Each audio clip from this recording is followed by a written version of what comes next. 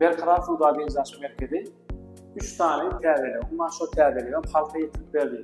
Onun birincisi 26 dekabrda Ulu Show konsert var. Ulu Show konsert nämen şanına geçirildi. O geçirilmenin sebebi Berqarar açılanma 10 yıl oldu.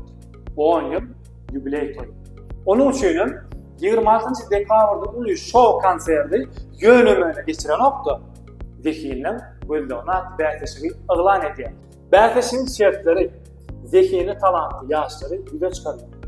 Olary ýüze çykarmak üçin bir näme edýär? Bizim edýän radymyz ilki bilen siz bize 1 minut 3 minut aralarında öz talantyny ýok edýän videony aşağıda görkezip saytlara uğraýar. Bizim onu alyasda öz saytymyzda paýlaşýar.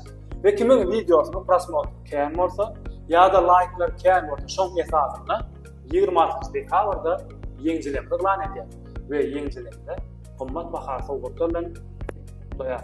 Eger sizde video düşmän mümkinçiligiňiz ýok bolsa, onu biz size hökümat dokumenler 26 dekabr için hemmäňe üstünlük ardy edýäs we şol show konsertimizde size garaşýar. Näme soralar ýüze çyksa aşağıdaky belgilerden habarlaşyp bilersiňiz. Hoş, sag bolun.